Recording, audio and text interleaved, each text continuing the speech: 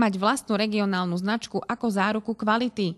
O jej zavedenie sa pokúša miestna akčná skupina Kopaničiarsky región. K tejto téme 12. júna zorganizovala v priestoroch hotela Štefánik informačný seminár. Pozvaní boli pestovatelia plodín, výrobcovia potravín, remeselníci, ale i prevádzkovatelia ubytovacích a stravovacích zariadení. Zámerom je vlastne zviditeľniť týchto všetkých producentov a remeselníkov a vlastne aj teda zvýšiť nejakým spôsobom ich predaj.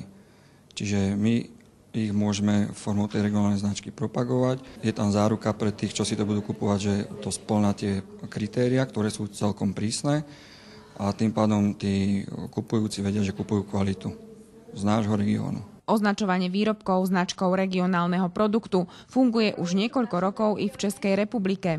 A s touto značkou sme začali v roce 2007. V současnosti máme certifikovanou 29 výrobků od 24 výrobců. A přináší to především zviditeľnení, propagace, účast na různých trzích, na farmářských trzích a podobně. Takže myslíme si, že to jedná se hlavně o to, že je to zviditeľnení toho malého výrobce, který nemá nějakým způsobem možnost prezentovat ty svoje výrobky jako takové. My jsme značku Práchinsko realizovali v rámci projektu dvouletého, který loni skončil, takže vlastně značka v tuto chvíli má svůj 3. rok. Aké za to obdobie ste zaznamenali výhody z jej používania? Tak určitě, jaké máme informace od výrobců a poskytovatelů služeb, kteří značku užívají, tak jde především o nějaký pocit prestiže.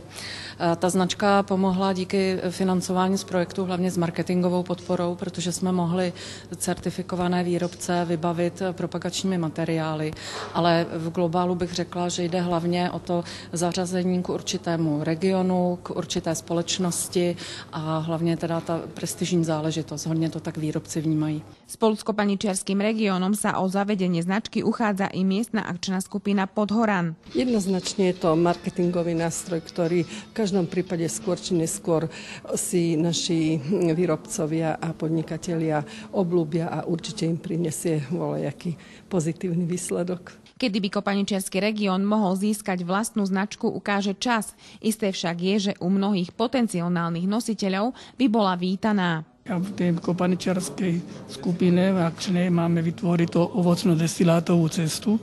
A ja mám sušiareň ovocia, tak akože v rámci toho spolupracujeme, mám záujem sa to zúčastňovať. Viem, o čo asi ide, tak bolo by to dobré pre miestnych výrobcov a rôznych prevádzkovateľov, penziónov a tak určite. Kopaničiarsky región je výnimočný a tým, že zavedeme regionálnu značku, ešte potrhneme tento význam, tento pojem. Tá značka bude synonymom kvality, pôvodu nášho, že proste nás bude reprezentovať ako každá značka.